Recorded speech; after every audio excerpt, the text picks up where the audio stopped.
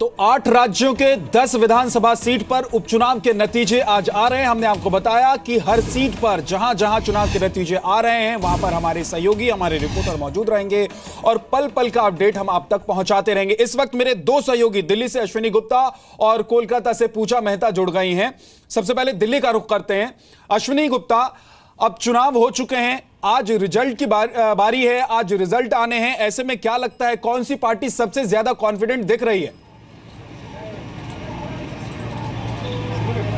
बिल्कुल, देखिए बड़ा अहम है ये सीट दिल्ली में, चूंकि एमसीडी के चुनाव होते हैं उसको देखते हुए काफ़ी अहम मानी जा रही है। देखिए एक फैक्टर इस सीट पर ज़रूर है कि आम आदमी पार्टी के पास ये सीट थी और उनके जो विधायक हैं वो ये सीट छोड़ करके चले गए, तो ये कहीं ना कहीं गुस्सा लोगों में ज़रूर है। हालांकि कांग्रेस का गढ़ मानी जाती रही है, पिछले कई सालों से कांग्रेस जीतती आई है, लेकिन उसके बाद पिछली बार आम आदमी पार्टी जीती थी, उसके पहले मनजिंदर सिंह सिरसा ने ये सीट कांग्रेस से छीनी थी। तो इस बार भी मनजिंदर सिंह सिरसा इस सीट से उम्मीदवार हैं। तो देखना यह है कि तीनों ही पार्टियां जो है किस तरह से अपनी साख जो है इस सीट पर बचा पाती हैं। कांग्रेस के सामने वापसी का चैलेंज ज़रूर है। दूसरी तरफ बीजेपी और अकाली जो गठबंधन है उनका ये कहना है कि उनके खाते में ये सीट जाएगी। आम आदमी पार्टी भी अपनी तरफ से दावे कर रही है, दावे तीनों ही पार्टी कर रही है, लेकिन वोटिंग परसेंटेज जो है इस बार है वो काफ़ी कम रहा है। 47% के आसपास वोटिंग हुई है। पिछली बार जब वोटिंग हुई थी तो यहाँ पर 72% वोटिंग हुई थी, यानी कि जो हार जीत का अंतर है वो बहुत ज़्यादा नहीं रहेगा। इस वजह से भी ये मुकाबला जो है वो कांटे का होने की उम्मीद की जा रही है। ठीक है अश्विनी, आप बने रहिए, आपके पास लौट कर आएंगे और ये भी समझने की कोशिश करेंगे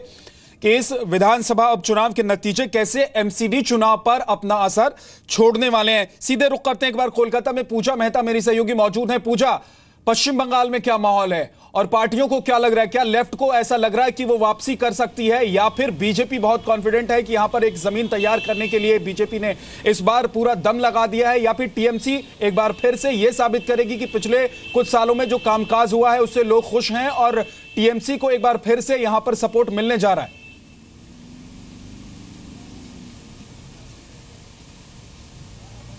देखिए विद्यानाथ, मैं आपको बता दूं कि ये जो सीट है कांठी साउथ, ये पिछले 2 सालों से तृणमूल कांग्रेस का गढ़ रहा है।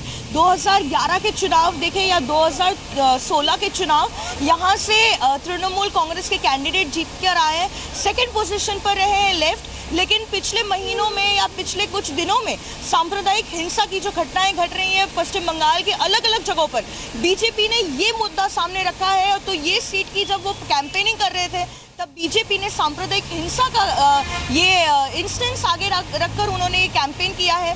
लेकिन बीजेपी 3rd पोजीशन में थी जब 2016 के इलेक्शंस हुए थे और 2011 के हुए थे।